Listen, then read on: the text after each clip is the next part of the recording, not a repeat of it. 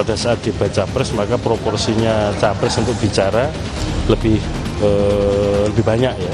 Ketika debat cawapres maka proporsinya cawapres juga yang lebih banyak.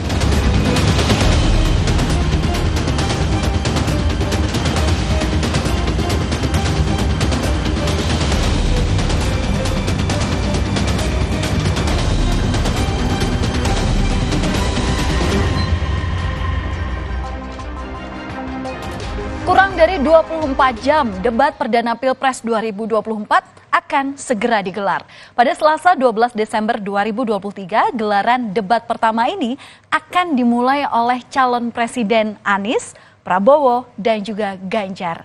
Menjadi momen yang ditunggu dalam tahapan pemilihan presiden. Mampukah para kandidat ini menggunakan acara debat untuk meraih hati masyarakat? Iya, masa kampanye memang telah berlangsung hampir sebulan. Berbagai janji juga sudah diumbar. Namun seberapa jauh tahapan kampanye ini telah mempengaruhi suara pemilih?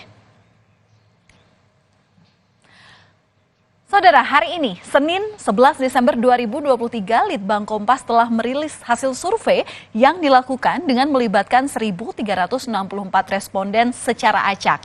Menggunakan metode pencuplikan sistematis bertingkat di 38 provinsi di Indonesia. Litbang Kompas menyebut tingkat kepercayaan publik sebesar 95% pada survei ini dan margin of error kurang lebih 2,65%.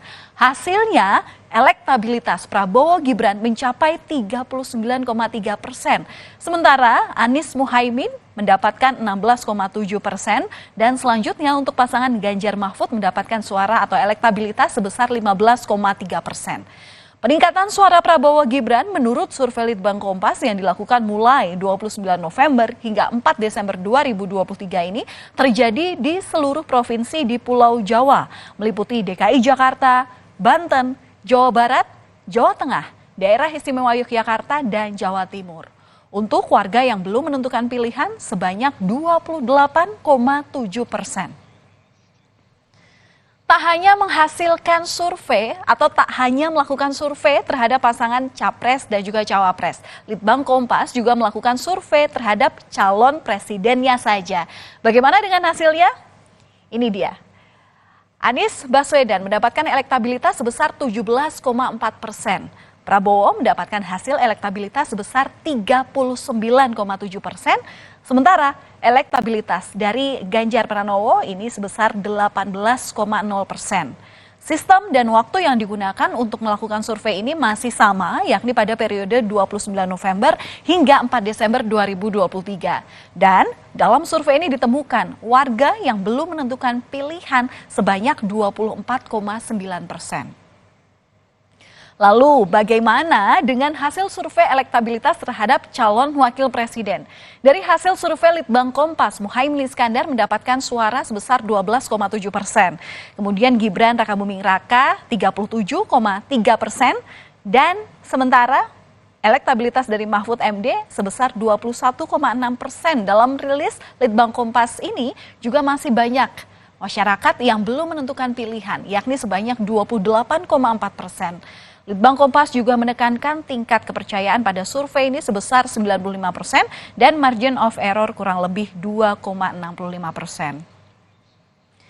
Nah, menanggapi hasil survei dari Litbang Kompas yang menempatkan pasangan Anies Muhaimin di posisi kedua, calon presiden nomor urut 1 Anies Baswedan menyebut bahwa hasil survei ini tak bisa jadi patokan. Pasalnya masih banyak ditemukan warga yang juga belum menentukan pilihan. Anies di sini menekankan bahwa perjalanan masih panjang. Bahkan capres nomor urut 1 juga merasa yakin bahwa gagasan perubahan yang terus digaungkannya memang dibutuhkan masyarakat saat ini. Nanti menjelang pemilu, angka yang undecided makin hari akan makin menurun. Tapi lonjakan angka yang belum memilih itu menggambarkan ada yang kehilangan suara banyak. Pasti. Dan itu juga artinya ada yang mulai memikirkan kemana ya saya harus memilih. Jadi suaranya belum stabil. Dan itu artinya hasil surveinya juga tidak bisa dijadikan patokan. Di sisi lain, Cawapres nomor urut 2 Gibran Rakabuming Raka pun turut angkat bicara menanggapi hasil survei yang dirilis oleh Litbang Kompas. Menurut Gibran, masih banyaknya warga yang belum menentukan pilihan karena masih menunggu hasil debat. Gibran pun meminta publik untuk menunggu 1 atau 2 bulan ke depan terkait hasil survei pasca debat. Yang paling penting menurut Gibran, apapun hasil survei tetap harus bekerja keras. Masih banyak swing voter. Nunduk semua nunduk. Yang belum menentukan pilihan itu tinggi. Yang belum menentukan pilihan memang banyak. Kumparan. Mungkin sebagian besar masih nunggu debat ya. Kita tunggu aja 1 bulan ini, 2 bulan ini progresnya seperti apa ya. Yang jelas survei tinggi, survei rendah kita tetap kerja keras. Surveinya nggak memungkinkan untuk kalau 1 putaran Mas, itu gimana? Nggak apa-apa. Sementara itu bagi Capres nomor urut 3 Ganjar Pranowo bahwa hasil survei Litbang Kompas yang menunjukkan elektabilitas dari Ganjar Mahfud sebesar 15,3% tak membuatnya berkecil hati. Bagi Ganjar, hasil survei itu dapat menjadi pemicu agar timnya bisa bekerja lebih baik lagi. Salah satunya adalah dengan konsolidasi tim pemenangan nasional yang terus berjalan. Ganjar pun akan terus menemui rakyat untuk melakukan komunikasi. Oh, tidak apa-apa, jadi sebenarnya ada survei-survei yang lain buat kami itu menjadi pemicu saja agar kita bisa berpacu lebih bagus lagi karena waktu masih ada dan konsolidasi sekarang sedang dilakukan. Jadi kita tidak berkecil hati, tugas kita temui rakyat, langsung kita berkomunikasi dengan mereka. Makanya kemarin juga sudah dikumpulkan dari kekuatan sebelum survei ini di launching gitu ya. Kita sudah jalan karena kesadaran itu kita juga tahu. Saudara, hasil survei memang belum bisa menjadi patokan karena masih ada waktu sekitar 2 bulan lagi dalam menuju pemungutan suara. Kerja keras dengan kampanye masih bisa dilakukan oleh pasangan Capres dan Cawapres untuk memenangi hati rakyat.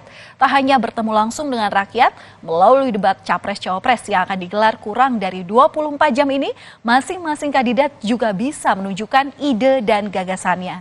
Debat perdana akan digelar di kantor KPU 12 Desember 2023 dengan mengangkat tema mengenai pemerintahan, hukum, hak asasi manusia, pemberantasan korupsi, penguatan demokrasi, penanganan disinformasi, dan kerukunan warga. 3 capres di sini akan saling beradu kualitas. Dalam gelaran ini, para pemilih diharapkan bisa mencermati visi misi, program, dan gagasan dari masing-masing paslon. Komisi Pemilihan Umum Republik Indonesia pada Senin pagi telah mempersiapkan panggung debat perdana Pilpres 2024. Untuk format debat perdana ini akan digelar secara town hall. Berlokasi di teras kantor KPU RI Jakarta, posisi para penonton dibuat secara melingkar, sementara untuk peserta debat juga melingkar berada di tengah panggung. Sebelumnya, KPU juga telah mengumumkan ada 11 panelis yang sudah menandatangani fakta integritas agar tidak membocorkan pertanyaan kepada siapapun. Tim panelis ini pun mulai menjalani karantina hingga hari debat Capres putaran pertama berlangsung.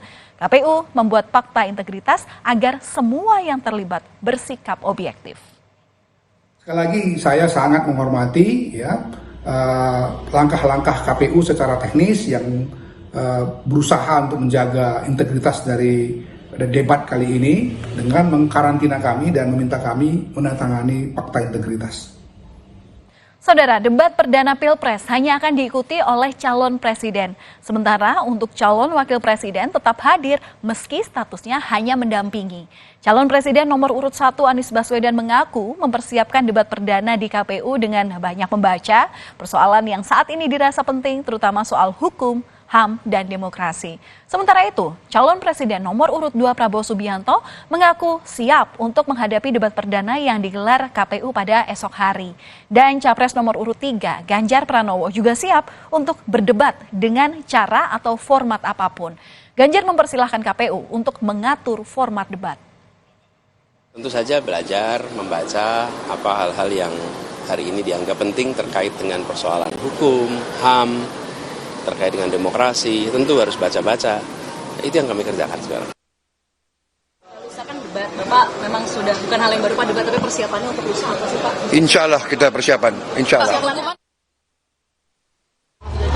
Silakan diatur debatnya dengan baik. silakan nanti kewenangan mereka yang ngatur. Kami siap main dengan cara apapun. Para kandidat sudah mempersiapkan diri untuk beradu gagasan dalam debat perdana Pilpres yang digelar perdana oleh KPU pada esok hari, Selasa 12 Desember 2023. Mata publik pun bakal tertuju pada penampilan perdana Anies Baswedan, Prabowo Subianto, hingga Ganjar Pranowo. Debat perdana ini tentu jadi ajang pembuktian kualitas capres untuk meyakinkan publik dan bukan hanya mempertontonkan gimmick, tapi mengutamakan gagasan dan juga solusi. Akankah debat capres-cawapres berpengaruh secara elektoral hingga membuka ruang migrasi suara? Kita tunggu saja. Saudara, berita utama masih akan hadir usai jeda dengan informasi seorang pria justru tergelincir hingga jatuh ke dalam sumur sedalam 15 meter gara-gara mengejar burung dara.